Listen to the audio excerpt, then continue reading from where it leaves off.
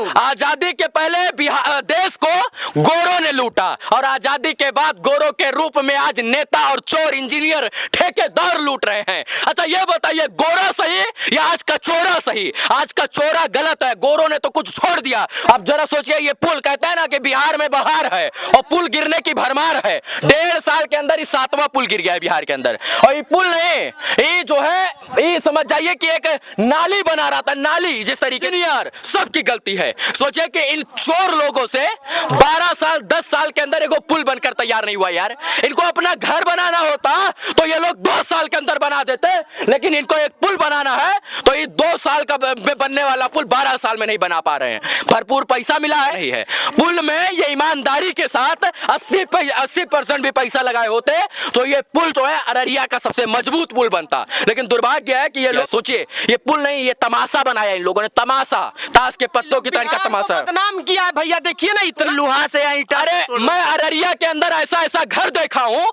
जो बाढ़ आने के बाद भी नहीं बहता है, जो मिट्टी से बना है। वो पुल जो है बारिश और बाढ़ में भी खड़ा रहता है, लेकिन सीमेंट और कंक्रीट से बना पुल जो है बिहार का, वो पानी के बहाव से बह जाता है। इंजीनियर साहब कह रहे थे कि जो है, आप तो यहीं के लोकल के हैं, लोकल तो सब बहुत देखता होगा आपको। अभी मैं अररिया के बकरा नदी पर हूं दोस्तों। बकरा नदी वही बकरा नदी जो तकरीबन आज 3 दिन से मीडिया का जीनत बना हुआ है, चाहे वो सोशल मीडिया हो या इलेक्ट्रॉनिक मीडिया हो, मेन स्ट्रीम मीडिया हो, तमाम वो चैनल है जिसपे इस पुल का खबर चल रहा है। खबर क्यों नहीं चले, 12 करोड़ की लागत से बना हुआ ये पुल महज लम्हों में ढह गया। इस बकरा नदी ने अपने आगोश में ले लिया, समा दिया दोस्तों। इन तमाम प्रकरण पर मेरे साथ पटना से आए हुए बड़ा प्रसिद्ध पत्रकार हैं, इधर विशाल भाई हैं और हमारे साथ रवि भट्ट जी हैं मेरे साथ। क्या करने आए हैं, पुल देखने के लिए? नहीं, पुल का दुर्दशा देखने के लिए आए हैं। इन लोगों की काली सच्चाई देखने के लिए आए हैं कि रात में लोग काम करता था, दिन में जो है यहाँ पर खटिया लगाकर सोता था, रोता था कि इसको कोई देख ना ले। अब जरा सोचिए, ये पुल कहते हैं ना कि बिहार में बहार है और पुल गिरने की भरमार है। 1.5 साल के अंदर ही 7वां पुल गिर गया है बिहार के अंदर। और ये पुल नहीं, ये जो है ये समझ जाइए कि एक नाली बना रहा था, नाली जिस तरीके से नाली में सामान उपयोग किया जाता है उस तरीके से, ताश के पत्ता की तरह बिखरा। आपको अच्छा लग रहा है?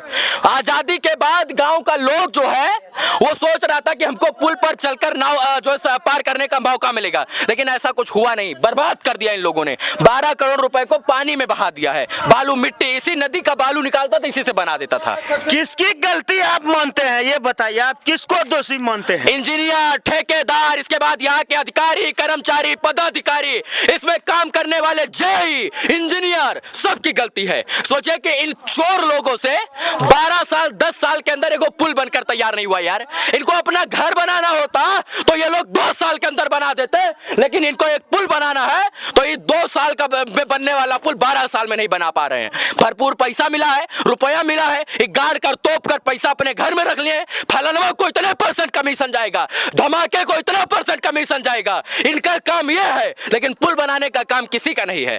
पुल में ये ईमानदारी के साथ 80% भी पैसा लगाए होते तो ये पुल जो है अररिया का सबसे मजबूत पुल बनता। लेकिन दुर्भाग्य है कि ये लोग पुल नहीं बल्कि जो है अपना कब्र खोद रहे थे, अपना जो है शमशान में कब्र खोद रहे थे। और ये कब्र जो है आम आदमी का भी खोद रहे थे। वो तो भला हो कि आम आदमी के ऊपर जो है ऊपर वाले का हाथ, इसलिए वो बच गए, नहीं तो ये पुल गिरता तो आम आदमी भी मरता, लेबर मजदूर भी मरता। क्योंकि इंजीनियर साहब तो वहां बैठते, लेबर बेचारा काम करता, लेकिन इंजीनियर और लेबर जो है सब कोई मरने से बच गया। सोचिए, ये पुल नहीं, ये तमाशा बनाया इन लोगों ने, तमाशा, ताश के पत्तों की तरह का तमाशा। बदनाम किया है भैया, देखिए ना इतना बढ़िया काम हो रहा था, इतना बढ़िया काम हो रहा था, ये देखिए ना इतना बढ़िया काम हो रहा था जिसका कोई हिसाब ही नहीं है। इतना बढ़िया काम हो रहा है। ये सोचिए कि ये जानते हैं कितना, ये कम से कम 2.5 से 3 इंच है। अच्छा, और मिट्टी मारने पर ये फूट जाता है। अच्छा सर, मिट्टी का घर भी बनाता है ना, जब आदमी तोड़ता है तो उसको लोहा से या ईंटा। अरे मैं अररिया के अंदर ऐसा ऐसा घर देखा हूँ जो बाढ़ आने के बाद भी नहीं बहता है, जो मिट्टी से बना है। वो पुल जो है बारिश और बाढ़ में भी खड़ा रहता है,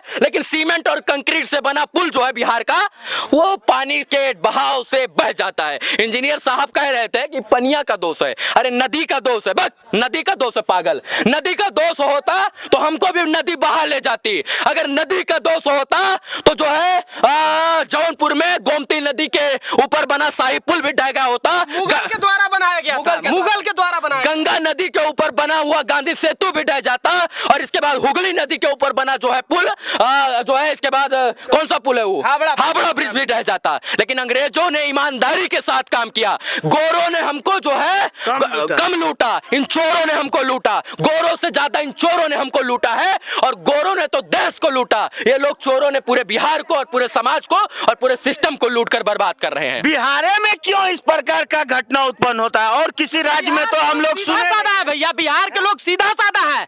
यहाँ बिहार के लोग थोड़ा सा मरम्मत करते हैं, ये दूसरे राज्य में इस तरह से लूटते ना तो ऐसे वैसे इंजीनियर को पकड़ के और पनिया में डाल देता लोग। आजादी के पहले देश को गोरों ने लूटा और आजादी के बाद गोरों के रूप में आज नेता और चोर इंजीनियर ठेकेदार लूट रहे हैं। अच्छा ये बताइए, गोरा सही या आज का चोरा सही? आज का चोरा गलत है, गोरों ने तो कुछ छोड़ दिया। गोरों ने लूटा तो जो बनाए वो मजबूत बनाए, उन्होंने कुछ ईमानदारी के साथ काम किया। लेकिन चोरों ने इस तरीके से लूटा है कि आने वाली पीढ़ियां भी इनको माफ नहीं करेगी। इतना मत बोलिए, जेल में डाल देगा आपको, इतना मत बोलिए। अरे भाई, जेल में डालने से इसकी सच्चाई थोड़ी शांत करवा लेगा, इसकी सच्चाई थोड़ी छुपा लेगा। जेल में डालने से डर वर नहीं लगता, बस डर इस बात से है कि इस पर चलते चलते मैं मर ना जाऊं। इस पर चलते चलते मैं 24 घंटा पुल पर चलता हूं, हमारी गाड़ी भी इसमें किसी दिन हादसे का शिकार ना हो जाए, आप भी ना मर जाइए, इस चीज का डर लगता है। डर जेल वोल डालने से नहीं, इससे डर लगता है गिरने से।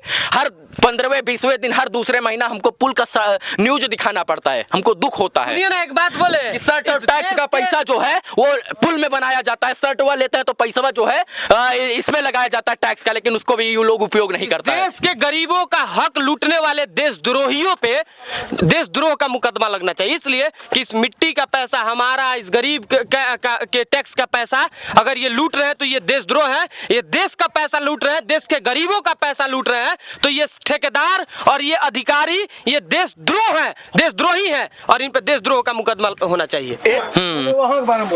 दुर्भाग्य है, क्या बोलूं, शब्द नहीं है। बस इतना समझिए कि इन लोगों को जो ब्लैक लिस्ट किया गया है ना, इन लोगों को ब्लैक लिस्ट नहीं करना चाहिए, इन लोगों को सजा सुनानी चाहिए। इन लोगों को जो है इन्हीं के पैसा से फिर से ये पुल बनाना, इनके घर को नीलामी और कुर्की जब्ती करवा के जाइए सर, धस जाइएगा। नीतीश कुमार जी का ट्विटर मैंने चेक किया था, अभी तक कोई इस पर प्रतिक्रिया नहीं आएगा, नहीं आएगा। नालंदा का पुल थोड़ी गिरा, अररिया का गिरा है जी। अररिया तो पटना से दूर है, पूर्णिया पटना से दूर है। यहाँ रवि भट्ट पहुंच सकते हैं लेकिन मुख्यमंत्री जी ट्वीट नहीं कर सकते हैं, समझ रहे हैं? वोट के टाइम पे तो आते हैं ऐसे हाथ जोड़ लेते तो वोट खत्म हो गया, अभी तो जल्दी है ना, सरकार बन गया इन लोगों का चोर सरकार बन गया और ये चोट्टा लोग जो है इस पुल को गिराने का काम कर रहा है। मत बोलवाइए, बहुत बोलेंगे इन लोगों को बुरा लग जाएगा। चलिए, बाकी बात रवि भाई थे इस तमाम जो है प्रकरण पे, उन्होंने क्या कहा आप बखूबी देख सकते हैं। बाकी बात जमकर इस पुल पर कहीं ना कहीं भ्रष्टाचारी किया गया है। धन्यवाद।